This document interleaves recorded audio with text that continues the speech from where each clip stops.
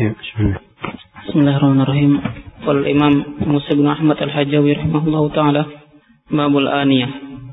Kullu ina'in tahirin walau saminan yubahu ittikhaduhu wa isti'maluhu illa aniyata dhahabin aw fiddah wa mudabbaban bihima fa innahu yahrumu ittikhaduha wa isti'maluha walau ala unsa wa tasihhu at-taharatu minha illa rabbatan yasirah min fiddatin li hajatin wa tukrahu mubasharatuha li ghairi hajah wa tubahu aniyatul kuffari walau lam tahil dhabaihuhum walau lam tahilla dhabaihuhum wa thiyabuhum in juhila haluha wala yutahharu jildu maitatin bidibag wala yatahhuru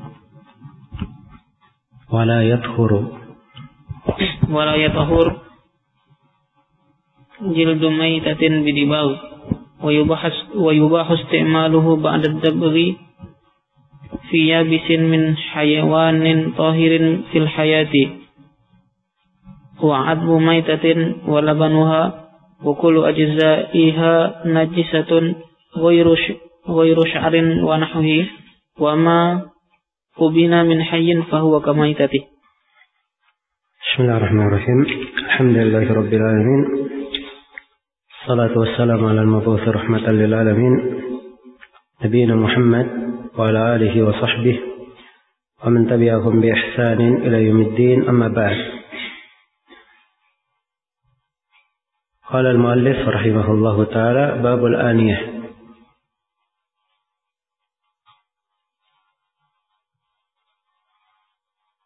Bab al-aniyah, tentang bejana-bejana.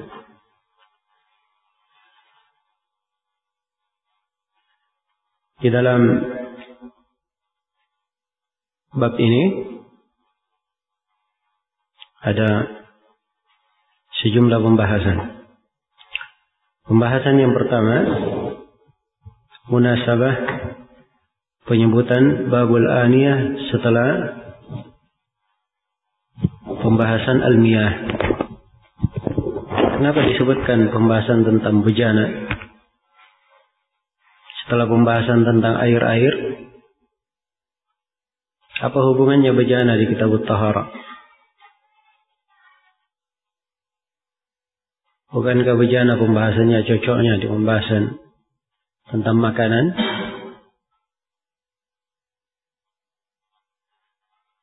Ya, jawabannya bahwa munasabah babul aniyah di sini adalah tatkala telah berlalu penjelasan tentang air-air, dimaklumi bahwa air ketika digunakan perlu bejana menampungnya. Perlu bejana untuk memakainya dalam bertaharah.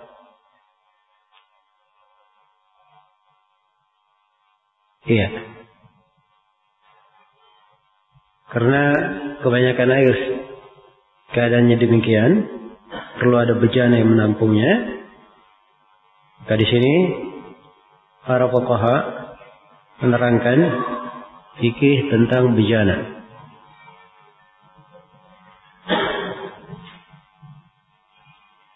Ini pembahasan yang pertama. Pembahasan yang kedua, kata beliau babul aniyah. Sini ada kata bab. Pembahasan yang kedua, ta'riful bab, definisi bab. Bab itu apa? Bab adalah ma yadkhalu minhu ila syai'.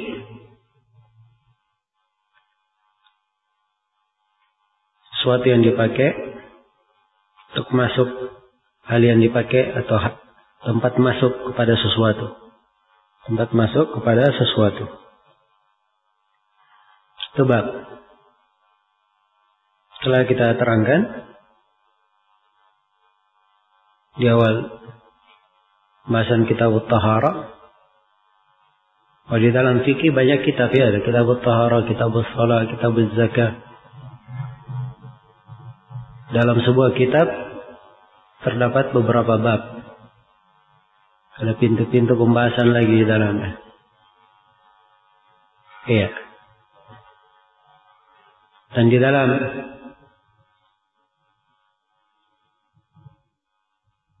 bab itu kadang ada fusul, pembahasan. Iya. Sama seperti kalau misalnya katakan bahwa makhluk hidup banyak macam. Ada manusia, ada binatang, ada tumbuh-tumbuhan. Binatang misalnya, itu kata umum ya, sama dengan kitab. Binatang banyak. Iya. Berbicara tentang unggas misalnya, unggas banyak modelnya. Banyak jenis di dalamnya. Unggas ini seperti bab. Jenis-jenisnya di dalamnya seperti fusul. Iya. Sama di pembahasan kitab Taharah. Ada bab tentang air, ada bab tentang bejana, ada bab tentang wudu. Di pembahasan tentang air sudah berlalu. Ada beberapa pembahasan. Tapi biasanya kalau pembahasannya panjang di dalam satu bab, dibawakan fasal untuk memisah antara masalah dengan masalah yang lainnya. Baik.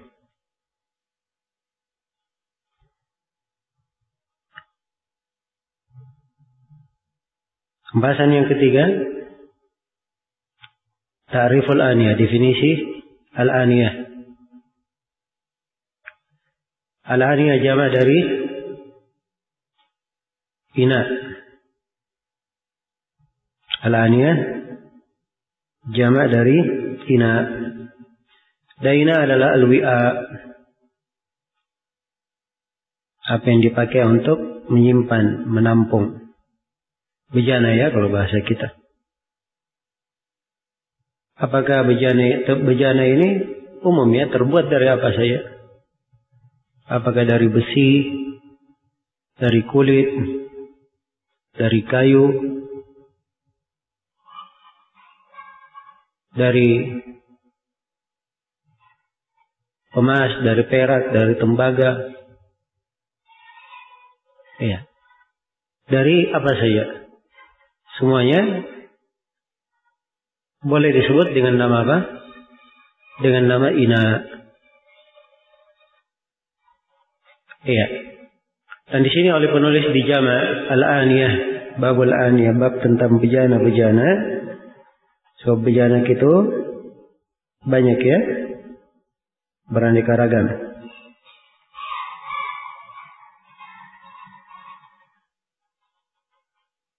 Baik.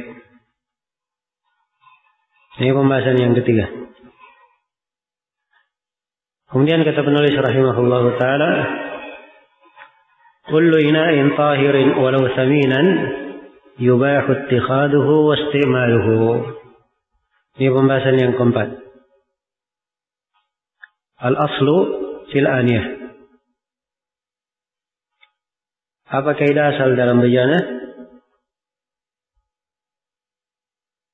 Asalnya bejana itu adalah al-hil, dihalalkan, boleh dipakai, boleh digunakan. Iya.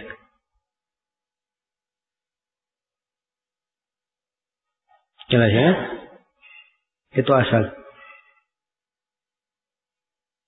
Ini masih dalam kaidah umum. Ya, bismillah. Bismillahirrahmanirrahim. Qala Imam Musa bin Ahmad Al-Hajjawi rahimahullahu taala, babul aniyah. Kullu ina'in tahirin walau saminan yubahu ittikhaduhu wa isti'maluhu illa aniyata dhahabin aw fiddah wa mudabbaban bihima fa innahu yahrumu ittikhaduha wa isti'maluha walau ala unsa wa tasihhu at-taharatu minha illa lubbatan yasirah min fiddatin li hajatin wa tukrahu mubasharatuha li ghairi hajah wa tubahu aniyatul kuffari walau lam tahil dhabaihuhum walau lam tahilla dhabaihuhum wa thiyabuhum in juhila haluha wala yatahharu jildu maitatin bidimag wala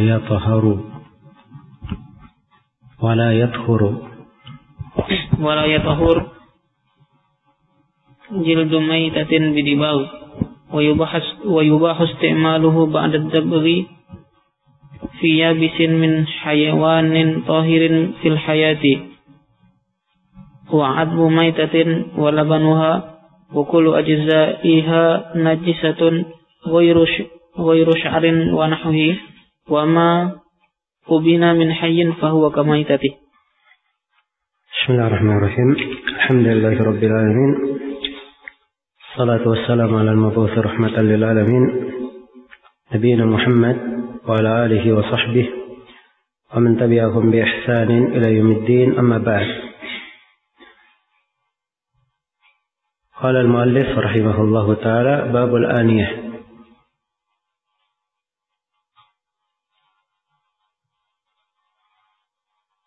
Bab al-aniyah, tentang bejana-bejana.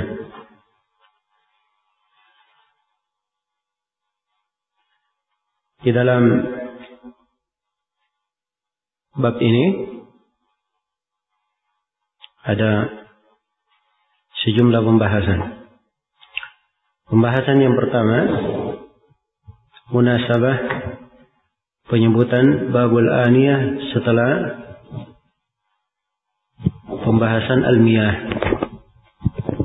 Kenapa disebutkan pembahasan tentang bejana setelah pembahasan tentang air-air? Apa hubungannya bejana di kitab at-taharah? Bukankah bejana pembahasannya cocoknya di pembahasan tentang makanan?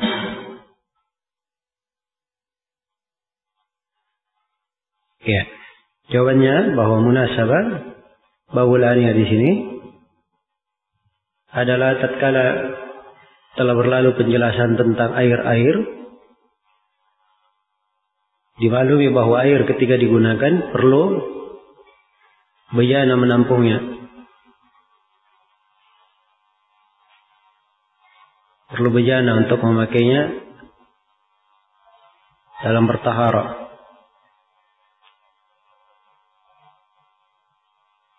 Iya. Karena kebanyakan air keadaannya demikian, perlu ada bejana yang menampungnya. Maka di sini para fuqaha menerangkan fikih tentang bejana.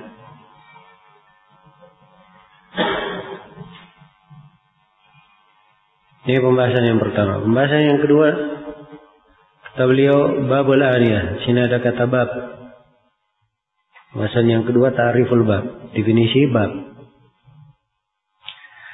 Bab itu apa? Bab adalah ma yudkhalu minhu ila syai'.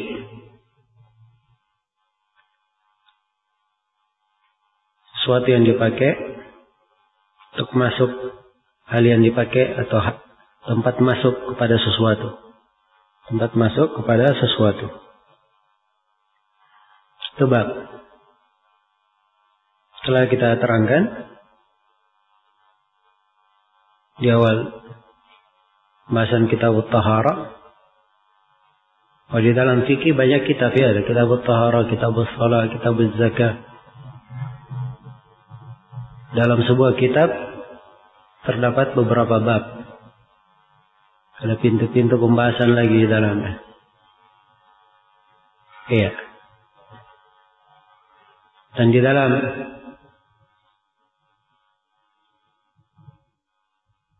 bab itu kadang ada fusul, pembahasan-pembahasan.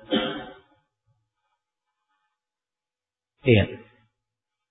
Sama seperti kalau misalnya katakan bahwa makhluk hidup banyak macam. Ada manusia, ada binatang, ada tumbuh-tumbuhan.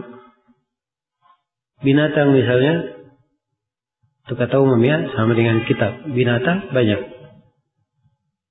Iya. Berbicara tentang unggas misalnya, unggas banyak modelnya. Banyak jenis di dalamnya. Unggas ini seperti bab. Jenis-jenisnya di dalamnya seperti fusul. Iya. Sama di pembahasan kitab at-taharah. Ada bab tentang air, ada bab tentang bejana, ada bab tentang wudu. Di pembahasan tentang air sudah berlalu. Ada beberapa pembahasan. Tapi biasanya kalau pembahasannya panjang di dalam satu bab, dibawakan fasal untuk memisah antara masalah dengan masalah yang lainnya. Baik.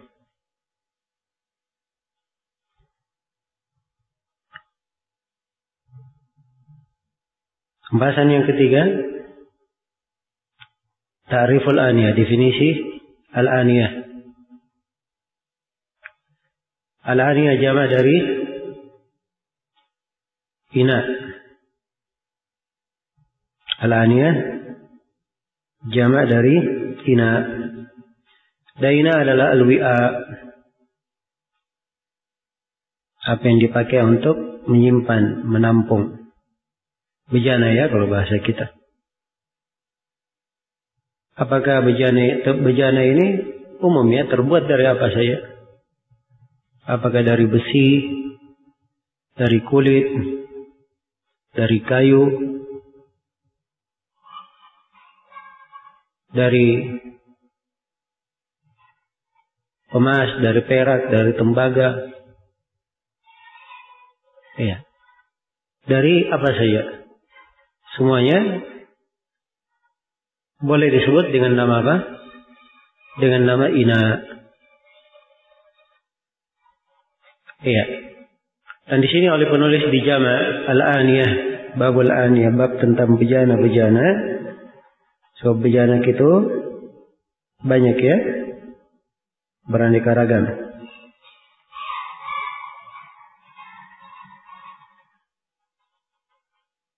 Baik. Ini pembahasan yang ketiga. Kemudian kata penulis rahimahullah ta'ala,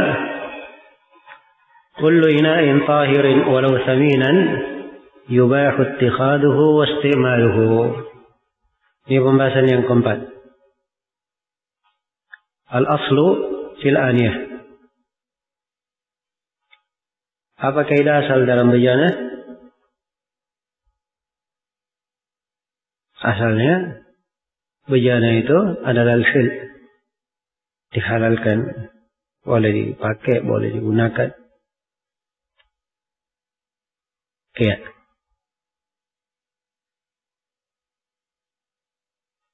Jelas ya? Itu asal. Jadi masih dalam kaidah umum.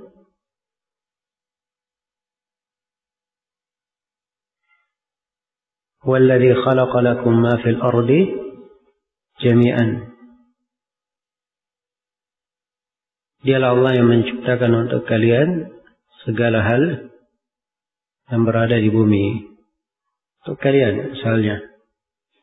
Kata Ibn Sa'di rahimahullah dalam kaidahnya, wal aslu fi miyahina at-tahara wal ardu was thiyabi wal hijara. Asal dalam air-air kita adalah suci. Demikian pula pada bumi, pada pakaian, dan pada batu. Dan semisal dengannya asalnya boleh. Demikian pula bejana. Iya.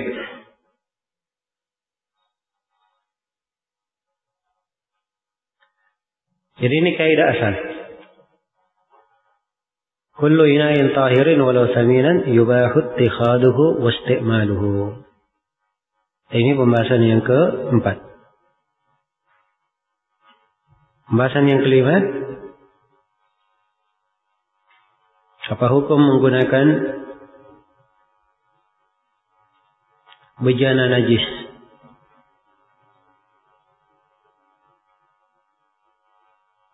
Penulis di sini hanya membolehkan penggunaan bejana apa? Tahir saja. Kata beliau, kullu ina'in tahirin. Perhatikan kata tahirin. Setiap bejana tahir, suci. Walau thaminan, walaupun mahal, yubahu ittikhaduhu wa isti'maluhu.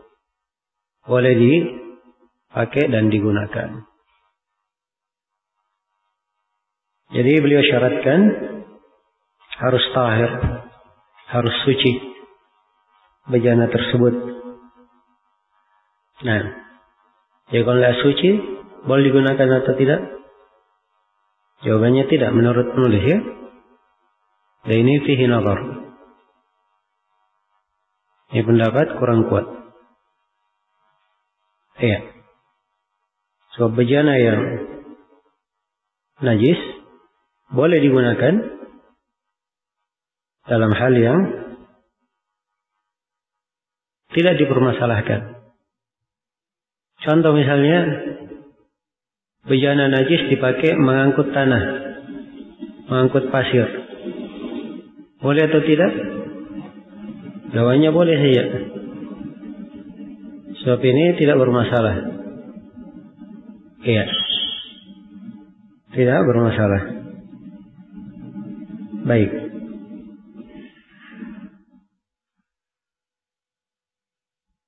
Kemudian pembahasan yang keberapa? Pembahasan yang kelima. Hah? Pembahasan yang keenam. Apakah ada perbedaan antara bejana yang mahal dan selainnya?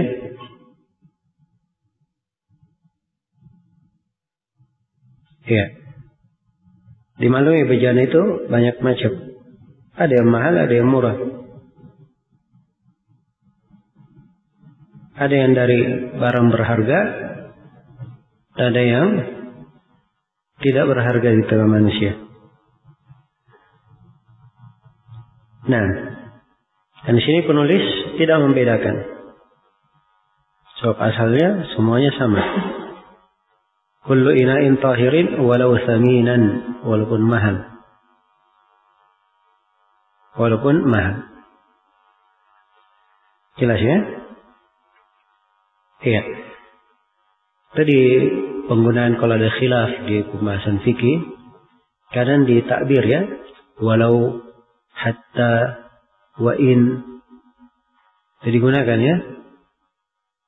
Sebagian guru, sebagian ulama kita, ada yang mentafrik, membedakan. Ini istilah ya, dipakai di pembahasan fikih Hambali. Kalau dipakai kata lau, itu katanya silam pendapatnya berat.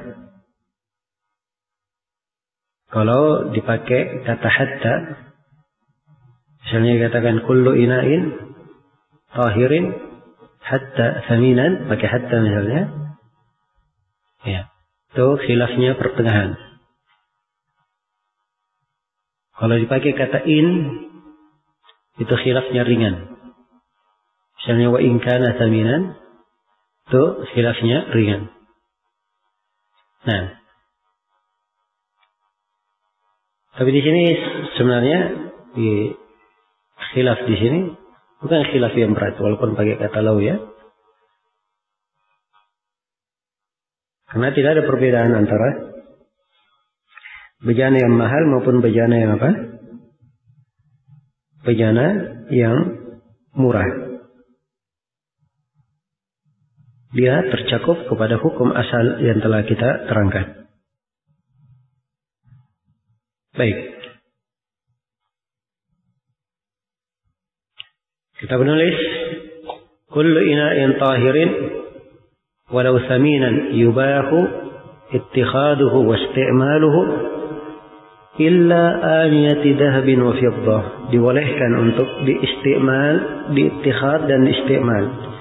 Ini pembahasan yang keberapa? Yang ketujuh. Iya. Perbedaan antara istimal, ittikhad.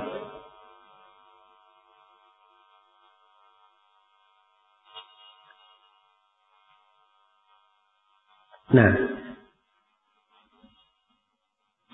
kalau ittikhad itu artinya dia simpan. Ittikhad. Simpan untuk sebagai hiasan misalnya, atau disimpan untuk dijual atau dijual belikan, atau disimpan kalau perlu dipakai, darurat dipakai misalnya. Ittikhad ya. Kalau isti'mal itu selalu dipakai, selalu dimanfaatkan. Ini isti'mal. Iya.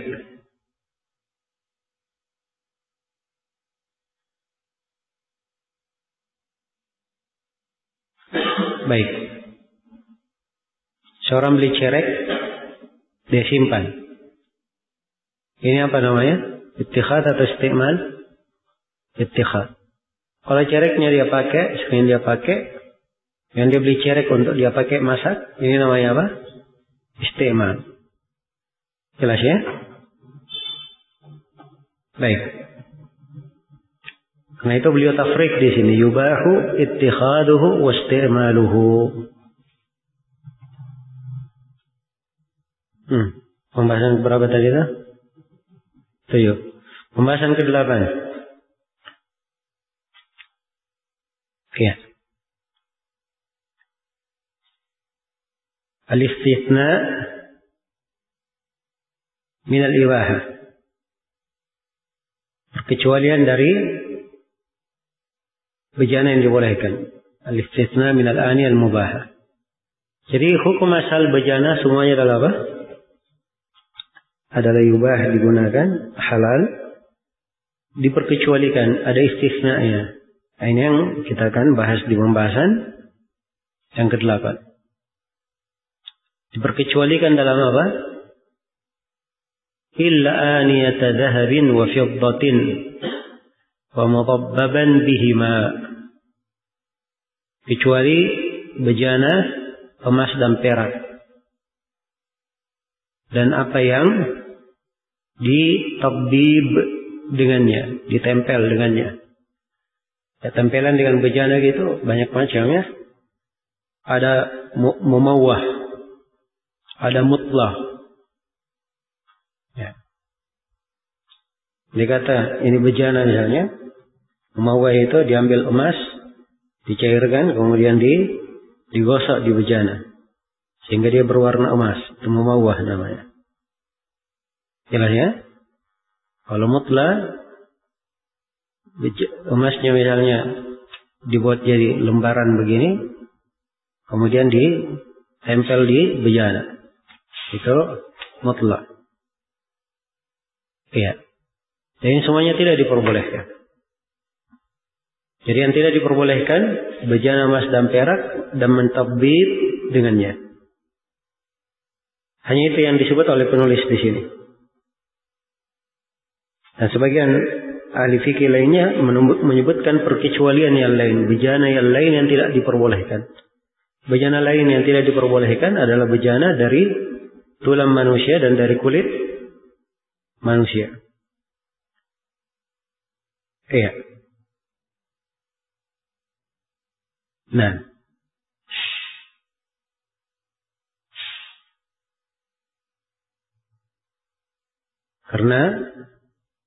Kenapa? Karena Nabi SAW bersabda, kasru idhamil mayyit, kasru abmil mayyit, kekasrihi hayyan. Mematahkan tulang mayyit itu sama dengan mematahkannya ketika dia hidup. Jadi, mayyit, tulang maupun kulitnya dihormati. Sebagaimana dia hidup. Karena itu tidak boleh digunakan. Baik, ini pembahasan yang ke berapa? 8 ya? 9. Pembahasan yang ke-9.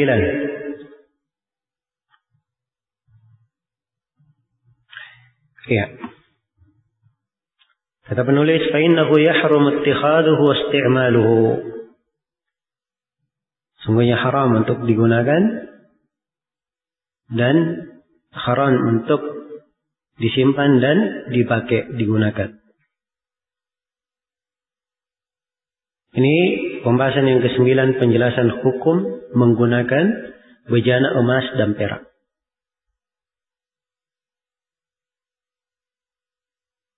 Hukumnya adalah haram. Apa dalil pengharamannya? Dalil yang mereka pakai adalah hadits yang berkaitan dengan larangan makan dan minum.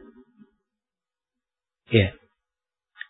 Di antara hadits-hadits tersebut adalah hadits Hudzaifah Ibnu Yaman radhiyallahu anhuma, riwayat Bukhari dan Muslim. La tashrabu fi aniyati adh-dhahabi wal fidda wa la ta'kulu fi sihafihima fa innaha lahum fid dunya wa lakum fil akhirah. Jangan kalian minum pada bejana-bejana emas dan perak, dan jangan kalian makan pada piring-piring emas dan perak. Karena bejana dan piring emas dan perak ini untuk mereka, untuk orang-orang kafir di dunia, dan untuk kalian, wahai umat Islam, di akhirat. Ini hadits Hudzaifah ibn al-Yaman. Hadits yang kedua adalah hadits Ummu Salamah, riwayat Bukhari dan Muslim. Alladhi yashrabu fi aniyati adh-dhahabi wal fiddah innama yujarjiru fi batnihi nar jahannam. Sesungguhnya orang yang minum dari bejana emas dan perak, dia hanya mendidih di dalam perutnya neraka jahanam. Iya. Maka ini hadits-hadits penjelasan tentang haramnya menggunakan bejana emas dan perak untuk makan dan minum. Tapi hadits ini dipakai oleh para ulama juga, seperti penulis di sini, yang berpendapat bahwa untuk menyimpan dan menggunakan hukumnya sama. Hukumnya apa? Hukumnya sama. Kenapa mereka beralasan seperti itu?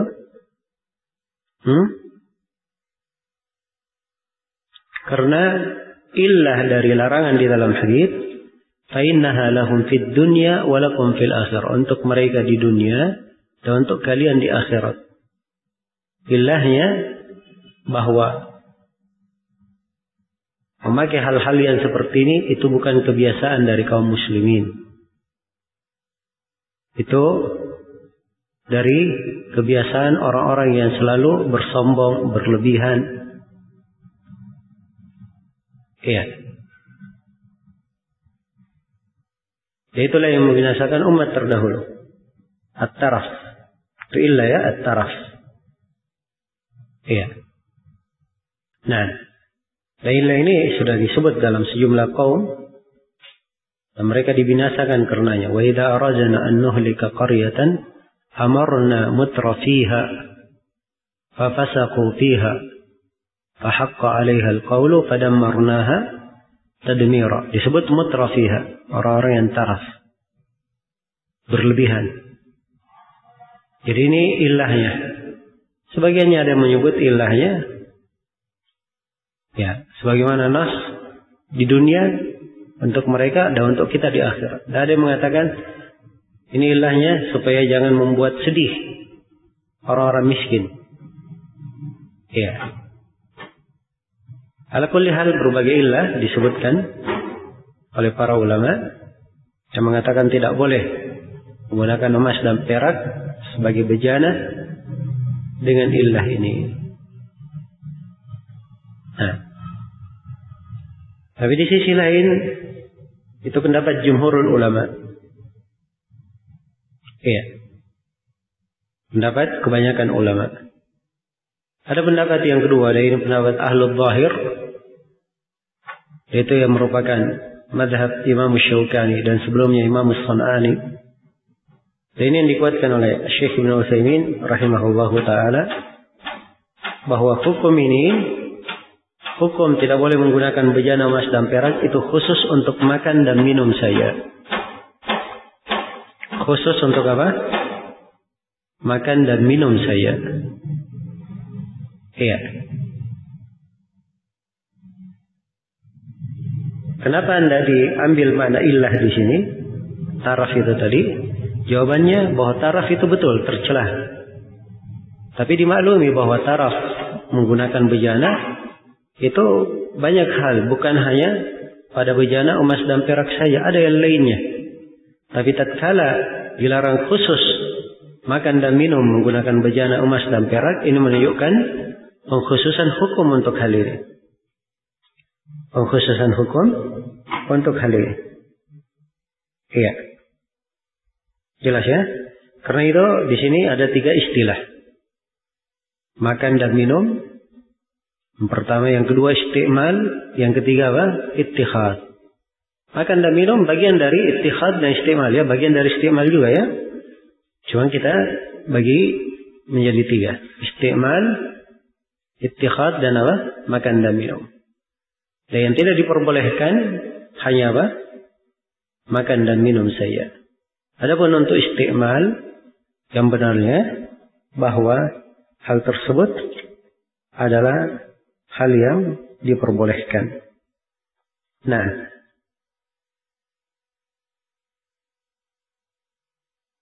andai kata misalnya tidak boleh sama sekali menggunakan bejana emas dan perak ini, maka Nabi Shallallahu Alaihi Wasallam akan memerintah untuk memecah bejana emas dan perak, bukan dilarang khusus pada makan dan minumnya saja. Kalau memang larangan umum ya, bukan pada makan dan minum saja, akan diperintah untuk memecahkan. Ya. Dan di sini kurang tepat kalau dikatakan bahwa Nabi ingin mentambih minal adna ilal a'la. Sebagian ulama ada yang menjawab ya, dikatakan bahwa ini tambih minal adna ilal a'la. Jadi tambih makan dan minum sebagai isyarat bahwa seluruhnya tidak boleh. Tapi ini juga kurang kuat. Sebab penggunaan terhadap bejana banyak penggunaan. Dan kebanyakan manusia menggunakannya bukan pada makan dan minum saja, bukan pada makan dan minum, tapi digunakan juga untuk mengangkat barangnya atau digunakan untuk sebagai tempat airnya dan semisal dengan itu. Bersama dengan itu Nabi Shallallahu Alaihi Wasallam tidak memberikan hukum kecuali larangan makan dan minum saja, menunjukkan bahwa hukum ini khusus untuk makan dan minum. Di antara dalil yang menunjukkan kekhususan makan dan minum adalah Ummu Salamah yang meriwayatkan hadis. Sebab Ummu Salamah radhiyallahu anha beliau riwayatkan hadis ini. Ya, bersamaan dengan itu di dalam Sahih Al-Bukhari, Ummu Salamah punya jul-jul dari perak. Ya. Tempat kecil ya dari perak, di mana Ummu Salamah menyimpan di situ rambut Nabi Sallallahu Alaihi Wasallam. Ya, dipakai untuk obat. Dan ini tabarruk ya dengan asar Nabi. Hal tersebut diperbolehkan sebab diberikan kekhususan untuk Nabi. Khusus untuk Nabi saja, tidak untuk yang lainnya. Jelas ya? Jadi syahidnya digunakan untuk menyimpan rambut Nabi oleh Ummu Salamah. Nah, ini penggunaan makan dan minum atau bukan? Jawabannya bukan. Iya. Baik. Jawabannya bukan. Dan juga di antara hal yang penting untuk dicatat bahwa kadang dalam sebagian riwayat disebutkan hal, ya,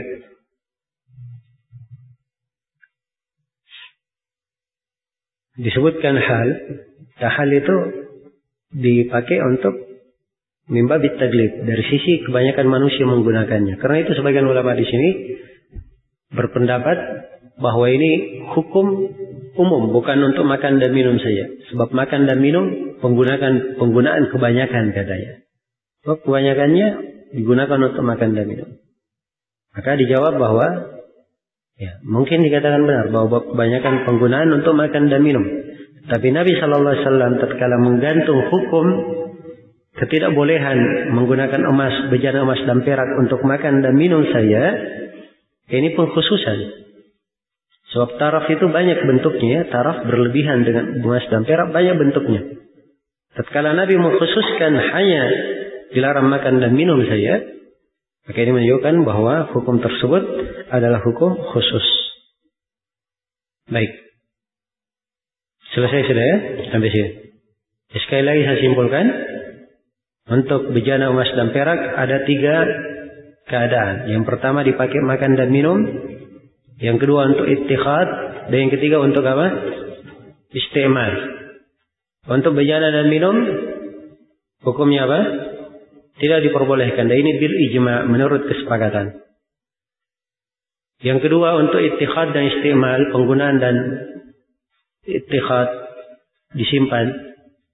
Apa hukumnya? Ini silang pendapat di kalangan ulama. Dan yang benarnya bahwa hal tersebut tidak dipermasalahkan. Ya, tidak apa-apa. Tapi di keadaan-keadaan yang seperti ini selalu saya anjurkan bahwa seorang keluar dari khilaf itu lebih hati-hati.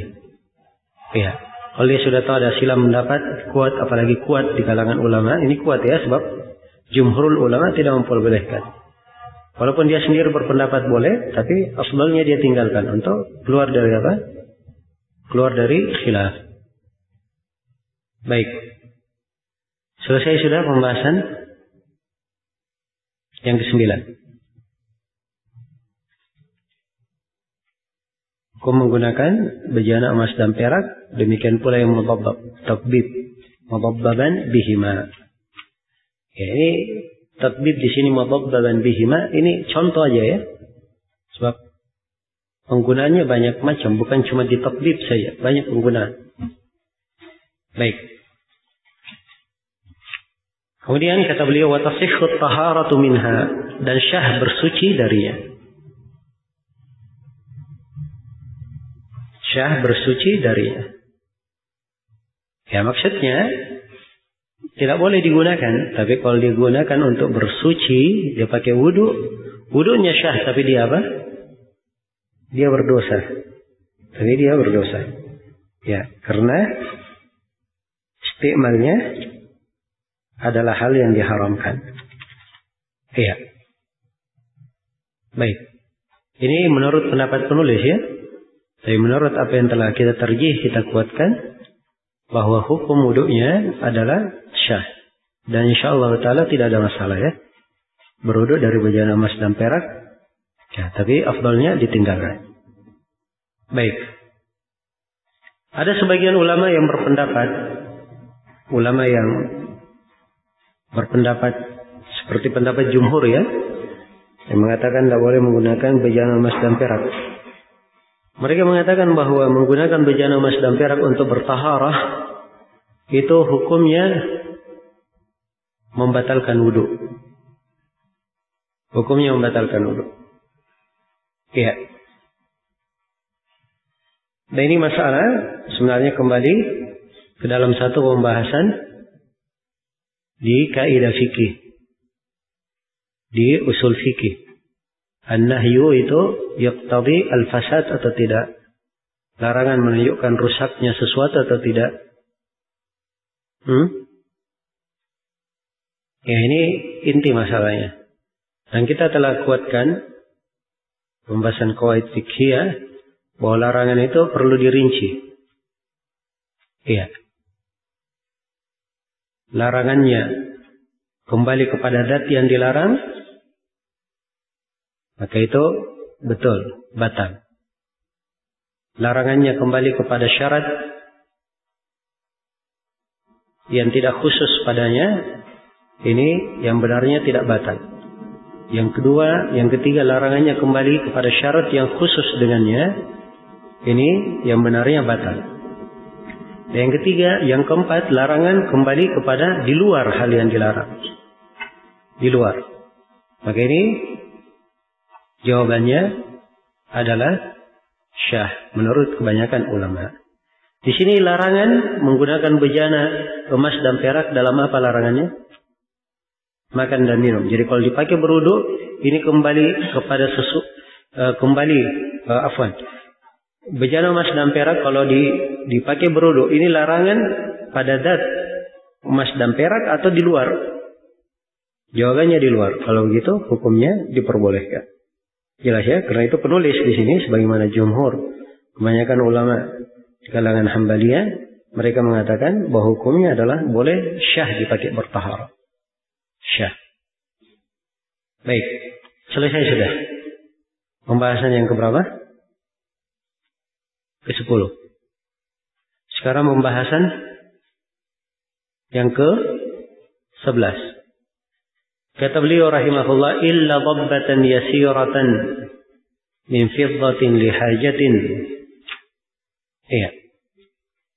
Kata beliau, kecuali dhabbatan yasirah. Kecuali tempelan yang sedikit, yang ringan. Nah, min fiddatin. Kalau tempelannya berasal dari perak. Lihajatin. Dan tempelan itu karena suatu hajat. Karena suatu hajat. Baik. Ini pembahasan yang ke-11. Al-istithna fi tatbib wa syurutuhu. Perkecualian dalam tatbib dan syarat-syaratnya. Iya. Jadi dalam tatbib tempelan, itu tidak semua tempelan dilarang. Tapi ada tempelan yang diperkecualikan. Jelas ya? Kenapa dia diperkecualikan? Karena telah syah di dalam Sahih Al-Bukhari dari Anas bin Malik, ya, anna qadahan Nabi sallallahu alaihi wasallam inkasar, fattakhadha makana asy-sya'bi silsilatan min fiddah. Sungguhnya bejana Nabi sallallahu alaihi wasallam itu pecah, kemudian di tempat pecahnya itu beliau membuat silsilah, tempelan-tempelan atau tempelan ringan terbuat dari perak. Nah, jadi ini dalil adanya perkecualian. Dan perkecualian ini disyaratkan oleh ulama, disyaratkan oleh penulis di sini 4 syarat. Perkecualiannya disyaratkan berapa syarat? 4 syarat. Syarat yang pertama, dia dhabbah. Perhatikan ya, tempelan. Ya, keluar dari tempelan, kalau dicairkan atau merupakan bagian dari bejana tersebut. Ya, ini tempelan saja. Satu. Syarat yang kedua, min fiddah. Syarat yang kedua, min fiddah, dia tempelan dari perak. Adapun kalau dari emas tidak diperbolehkan. Sebab dalil khusus membolehkan pada apa? Pada perak saja, tidak dibolehkan pada tempelan emas. Kemudian yang ketiga, ya, tempelannya sedikit. Tempelan sedikit. Ya, dari mana dipahami sedikit? Ya, karena dimaklumi bahwa bejana itu, qadah itu gelas ya, gelas Nabi. Ya, gelas itu kecil atau besar? Kecil. Dan kalau dia pecah, yang ditempel itu tidak mesti banyak, sedikit saja. Karena itu dipetik di sini, dia sedikit. Adapun kalau banyak, sudah masuk ke dalam hukum yang telah disebutkan. Baik. Kemudian syarat yang keempat, disyaratkan lihajah. Karena suatu keperluan. Ya, ada hajat, keperluan. Ya, misalnya, ya, dia perlu menggunakan gelas itu. Kalau gelas di rumahnya banyak sekali, gelas di rumahnya, dia tidak perlu. Ya, ini tidak hajatnya namanya, tidak ada hajat. Jelas ya? Tapi kalau gelas di rumahnya sedikit, ya, dia perlu menggunakan gelas itu, tidak apa-apa dia tempel. Ingat ya, hajat beda dengan apa? Darurat. Kalau darurat itu, nanti tidak ada sama sekali baru boleh, itu darurat. Makan bangkai, itu darurat namanya. Tapi ini hajat beda. Hajat, ya, tidak darurat pun diperbolehkan. Itu hajat namanya. Dobitnya hajat karena dia ada masyaqqah, berat saja kalau tidak dilakukan. Sudah kita sebutkan di pembahasan qawaid fikih perbedaan antara darurat dan apa? Dan hajat. Ya. Apa perbedaannya? Satu itu tadi, kalau darurat itu sama sekali tidak ada pilihan kecuali itu. Kalau hajat, batasannya masyaqqah saja, hal yang berat. Perbedaan yang lain. Kalau darurat itu membolehkan pada seluruh jenis pengharaman. Tahrimnya lidatihi maupun ligairihi. Tapi kalau hajat itu untuk pengharaman tahrim ligairihi saja. Itu hajat. Perbedaan yang ketiga, ya. Kalau darurat itu bukan kaidah muttaridah. Tapi kalau hajat dia kaidah muttaridah. Seorang yang ingin menikah, dia ingin nadar, boleh dia menadar. Nadarnya dibolehkan karena hajat. Dan ini berlaku kaidah, siapa sih yang ingin menikah, dia ingin nadar, boleh. Dia berbeda dengan makan bangkai. Makan bangkai hanya boleh kalau apa? Di kondisi tidak ada makanan saja. Itu perbedaannya antara hajat dan darurat. Baik. Nah itu diperhatikan pelajaran-pelajaran. Itu ada kaitannya semuanya. Berkaitan dengan fikih, usul fikih, qawaid fikih, pelajaran fikihnya, semuanya saling melengkapi. Nah, jadi selesai sudah di sini ya.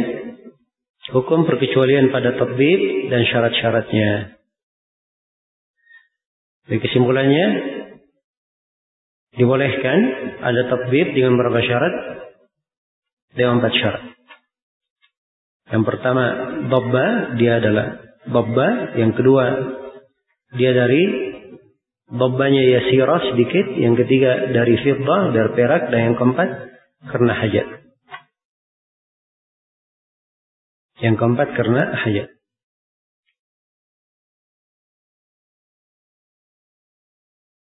Nah, pembahasan yang terakhir, kata penulis rahimahullah, wa tukrahu mubasyaratuha bi ghairi hajah, dan diharamkan untuk memegangnya secara langsung tanpa ada hajat. Iya. Sini tukrah, istilah penulis ulama belakangan ya. Istilah makruh yang mereka inginkan adalah manuhia tamanaha anhu syari'. Iya. La ala wajhi al-ilzam. Apa yang dilarang oleh syariat. Larangannya bukan ilzam. Itu makruh ya. Afdalnya ditinggalkan. Kalau dilakukan tidak apa-apa. Itu makruh. Ya. Adapun ulama terdahulu kebanyakannya mereka gunakan makruh bermana apa? Bermana pengharaman. Bermana pengharaman. Ya, karena itu di surah Al-Isra ketika disebut hal-hal yang diharamkan, la taj'al ma'allahi ilahan akhar fataqa'uda maluman makhdula wa qada rabbuka. Disebutkan berbagai perintah, berbagai hal yang dilarang, larangan membunuh, larangan zina, larangan ini, larangan itu. Kemudian setelahnya dikatakan kullu dzalika kana sayyi'uhu 'inda rabbika makruha. Seluruh hal tersebut kejelekannya di sisi Rabb makruh, pakai kata makruh. Makruh di sini apa artinya? Haram ya. Sama dengan firman Allah, wa karraha ilaikumul kufra wal fusuqa wal isyan. Ya, ini makruh apa ini?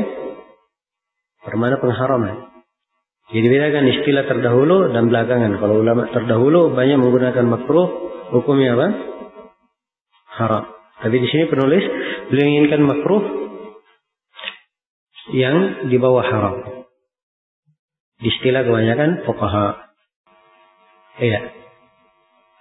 Dan menetapkan hukum makruh perlu dalil. Apa dalilnya? Ini perlu dalil ya. Ya. Dan ini tidak ada dalil yang kuat menunjukkannya. Nabi telah mengizinkan menggunakan bejana dan beliau pakai bejana pakai gelas yang telah ditempel dengan babba ini tadi. Beliau gunakan. Ya. Jadi mengatakan itu makruh ini adalah hal yang kurang tepat. Sebab andai kata ada makruhnya diterangkan oleh Nabi Sallallahu Alaihi Wasallam. Jelas ya, karena itu dibangun di atas pendapat penulis. Mereka katakan kalau dipakai minum, jangan minum dia pada tempat yang ada tempelan apa? Peraknya. Minum di sisi yang lainnya dari gelas. Ya, tapi sekali lagi ini hukum lemah. Yang benarnya bahwa itu tidak ada masalah. Masih ada satu pembahasan tadi saya lupa di pembahasan keberapa ini tadi ya. Di setelah penggunaan hukum menggunakan emas dan perak. 3 keadaan. Pembahasan keberapa tadi itu?